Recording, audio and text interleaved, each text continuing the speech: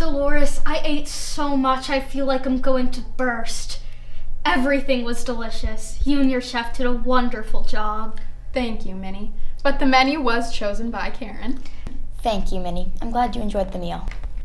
Ever since Herbert died, I don't entertain as much. I really appreciate your invitation. Of course. You're Mother Bell's best friend. I'm glad you came. Since Douglas passed away, my mother-in-law needs people like you in her life more now than ever before. Speaking of people, we've got quite the mix of people here. That Mr. Perry. Oh, yes, that Mr. Perry. His describing how he had to defend himself against an armed home invader and killed the man. Oh, it left me shaken. The good Lord knows I'd never want to experience anything that terrifying in my life. This was my first time meeting him too, but I've read about him in the newspaper. If my memory serves me correctly, aside from wealth, he's also had quite a bit of tragedy. His first wife had run off with some other man, and then they were both found shot to death in a motel room somewhere in Los Angeles. My goodness, Donald, what is all this noise and commotion about? Honestly, darling, your mother and I came in here to get away from the noise you all were keeping up in the other room. Are we getting ready to play cards? I am up for a game of bridge. No, we're not going to play cards.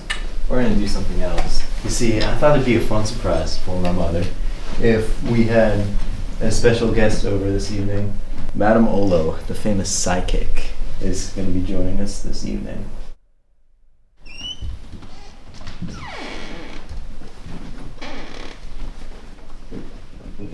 This woman is a fraud. I am not a fraud. I am the real thing. The energy of clairvoyance resonates through my body, through my inmost being. While we were in the hall, not only did she claim to be a palm reader who can see the future, but she also made the claim that she is a spirit medium and can talk to the dead. And I can. You insult my intelligence. I've heard about Madame Ollo. To learn that you paid her to be here. Donald, you've been taken.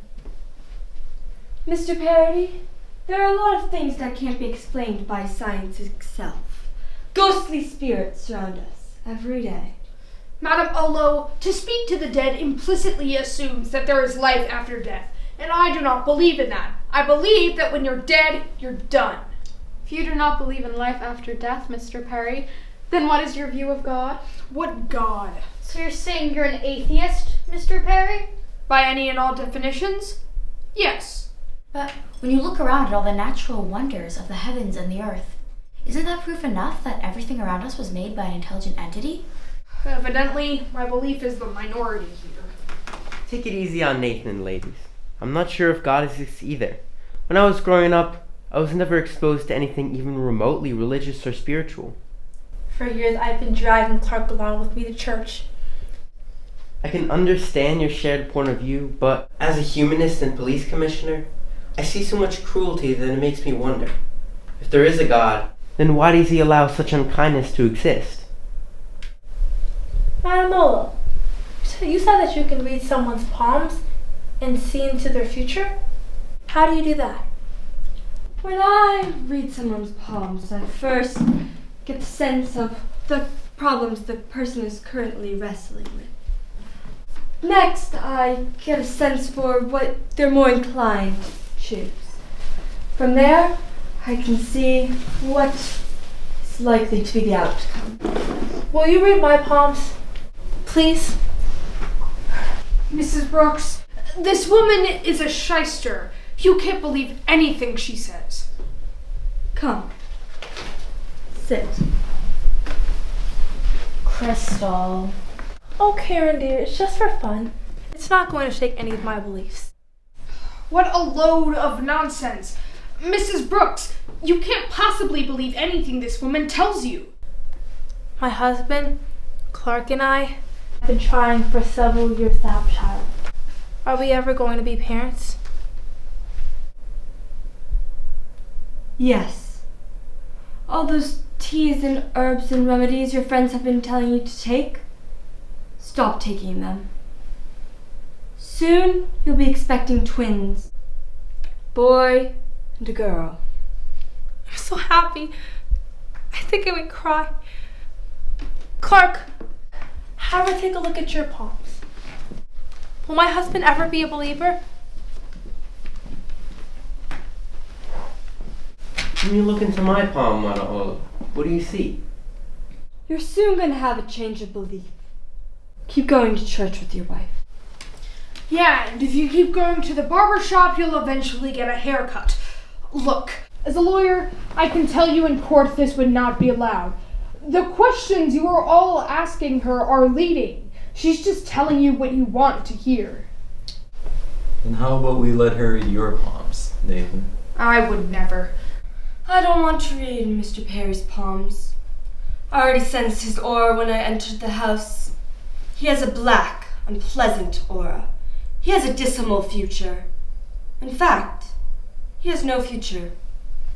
What do you mean I have no future? I'm a partner at the law firm I work for. I own a fabulous mansion. I drive an expensive sports car and am quite well positioned in the stock market. What do you have other than the aroma of mothballs and bad dental work?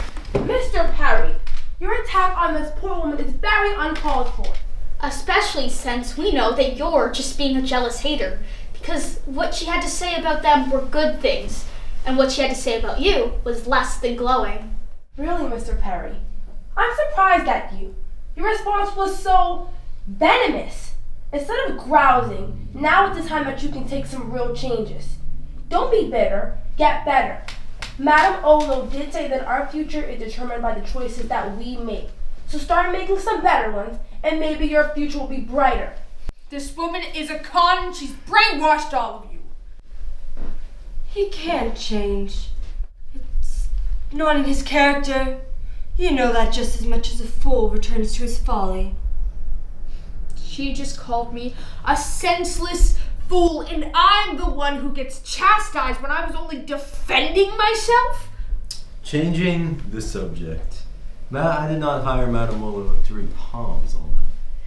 Instead, I brought her here for my mother, Dolores, who has confided to me secretly that she believes my father is trying to reach her from beyond the grave.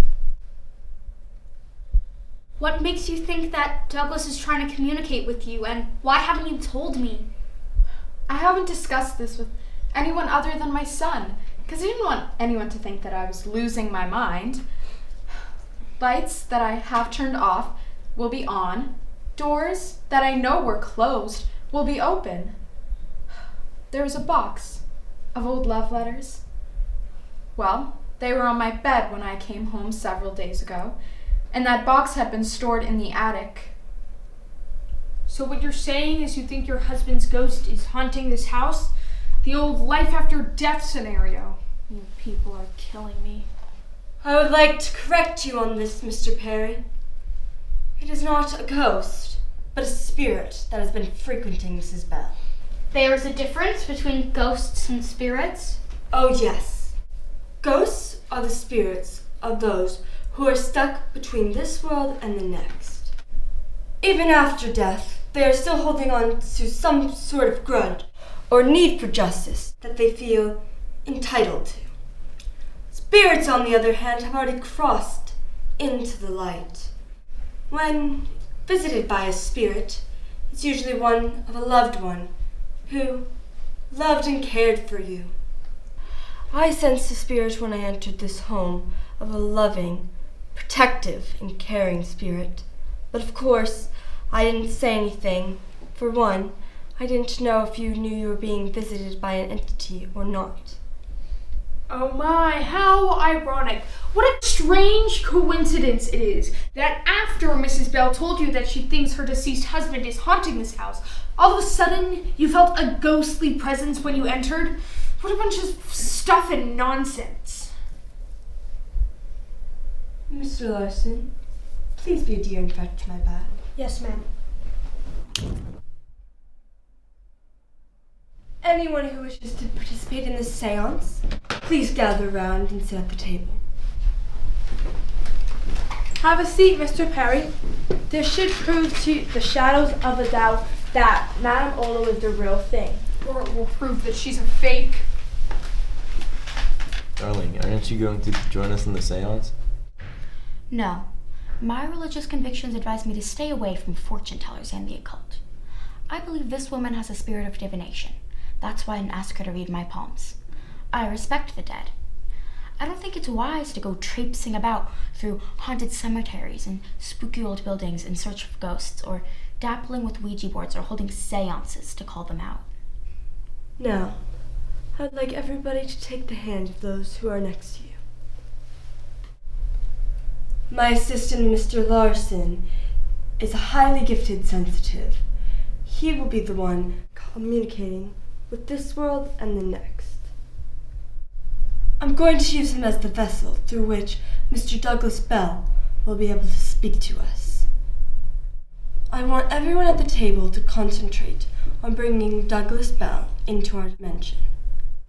Mr. Larson, when I nod my head, you will untake the people you are now holding hands with and place your hand upon the crystal ball and leave it there for better reception. Now, everyone look into the crystal ball and focus your thoughts on Douglas Bell. Om La, Om La.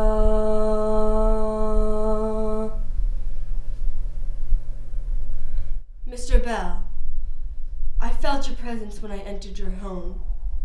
Now is your chance to speak to your wife and tell her what you've been trying to say.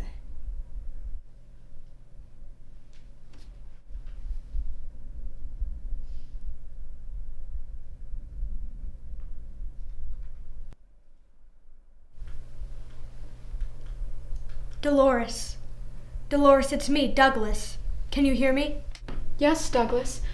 I can hear you. This is a bunch of... The two of them are working together, and it's nothing but a scam. Dolores, ignore the man and please listen to me. You know I love you. I've always loved you. The box of old love letters I put in our bed proves my love for you.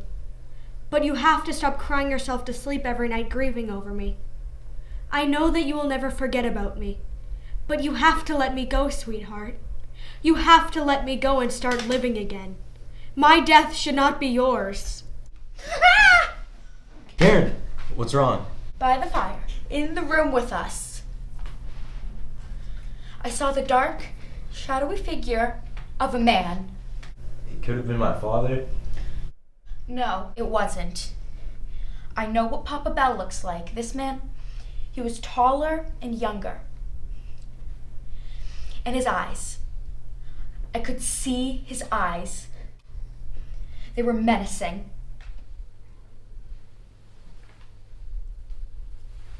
Nathan Perry, you lying, double-crossing, murderous snake in the grass.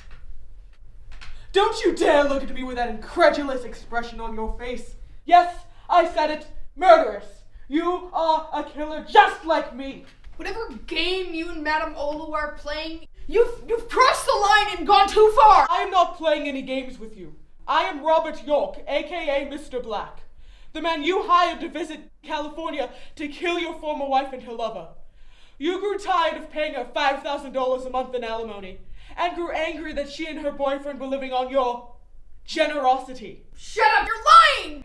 You're the liar! I killed your wife and her lover for you.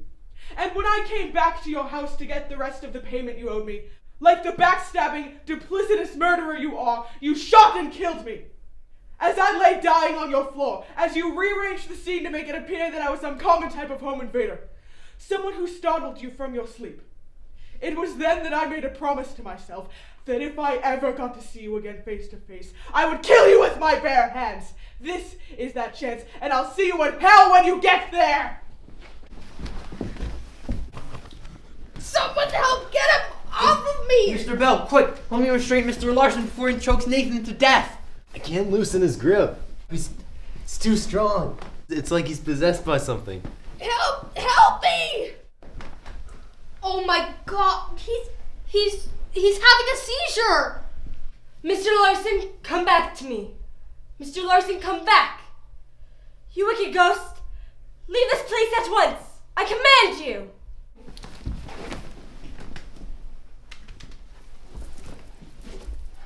His breathing has stopped. And I can't feel a pulse. Clark, call the police. Nathan Perry's dead!